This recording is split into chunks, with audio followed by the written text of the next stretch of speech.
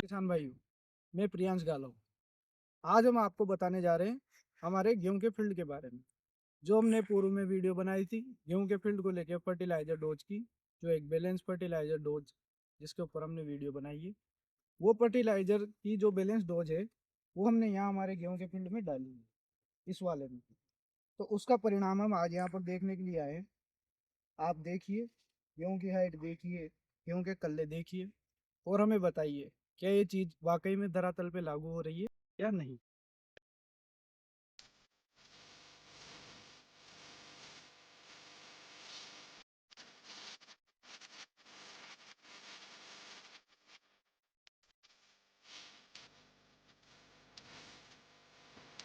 तो हम आपको सबसे पहले बता दें किसान भाइयों कि जो हमने आपको अभी पूर्व में या पहले जो फील्ड दिखाया है, उस फील्ड में और इस फील्ड में एक ही वैरायटी है 40-37, और एक ही समय पे बुआई हुई है, सब चीज़ें सेम है।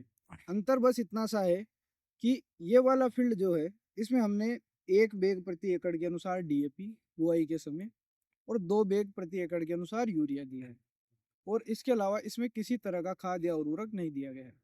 और जो इसके पहले जो हमने आपको फील्ड दिखाया है, उस फील्ड में हमने जो हमारी वीडियो में आपको जो आइडियल फर्टिलाइजर डोज है उसके बारे में बताया था, जो मतलब पौधों को आवश्यक है गेहूं को, उसके अनुसार पोटास, जिंक और माइक्रोराइजा ये दिया है।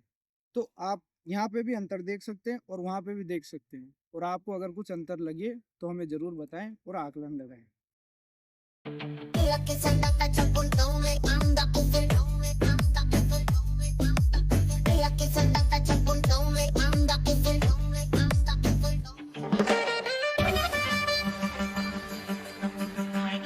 तो अपनी बात होगी दोनों ट्रायलों को लेके। अब मैं आपको बता दूं कि ये वाली जो ट्रायल है जिसमें हमने पोटास, जिंक और माइक्रोराइजा, यूरिया, डीएपी सब डाला हुआ है, ये पिछली बार हमने 1 बीघा में लगाई थी। इस बार हमने किया गया है कि इसको 15 बीघा पे ट्रांसफर किया है इसी सेम फील्ड में, और ये जो सादा यूरिया डीएपी जो चला आ रहा है उससे ये 20 बीघा में। अब आपको लग रहा है कि यहाँ पे कुछ हाइट का अंतर है खेत को लेके, तो मैं आपको अंदर जाके बताता हूँ एक बार। तो आप मेरी हाइट के अनुसार इसकी हाइट का अंदाजा भी लगा सकते हैं।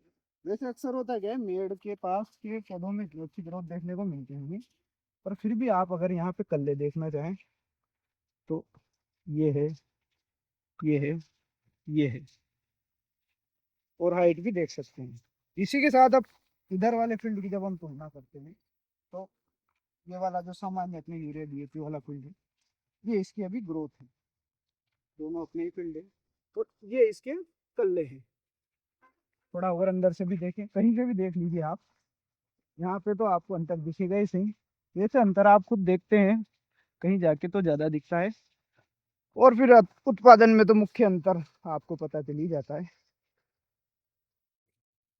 तो किसान भाइयों, हमने आपको ये अंतर बताया, तो इस अंतर के लिए हम आपको बता दें कि ये ऐसा नहीं है कि जो पहले वाला जो हमने आपको गेहूं बताया है जिसमें पूरा फर्टिलाइजर डोज डाला गया है, वो किसी दूसरे खेत में या कहीं और है, उसकी मिट्टी में कोई अंतर है, और जो दूसरा वाला है जिसमें केवल यूरिया डीएपी डाला गया है उसकी मिट्टी में अंतर है। ऐसा कुछ नहीं है, ये हमारा एक ही खेत है, इसके हमने 2 हिस्से कर रखे हैं।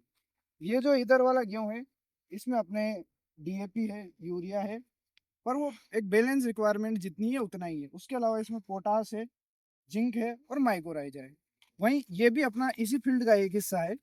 इस वाले फील्ड में जो अपन पारंपरिक तरीके से करते आ रहे हैं अभी तक, यूरिया डीएपी वही है, जितना हम डाल रहे हैं वही है। इसमें इस बार थोड़ा बदलाव किया गया है। ये काम हमने पहले 1 बीघे में करके देखा था पिछले साल, इस बार हमने इसको। तो किसान भाइयों, हमारा यहाँ आके वीडियो बनाने का मुख्य उद्देश्य ये था कि ज्ञान या इसकी जानकारी खाद बीज की है तो आपको सभी जगह से कहीं से भी मिल जाएगी, कोई भी दे देगा। पर एक चीज है कि किसी चीज को प्रैक्टिकली करके देखना, और फिर उस चीज को उसका प्रचार करना या उसका अंदाजा लगाना या उसको आगे बढ़ाना, ये बहुत जरूरी चीज है।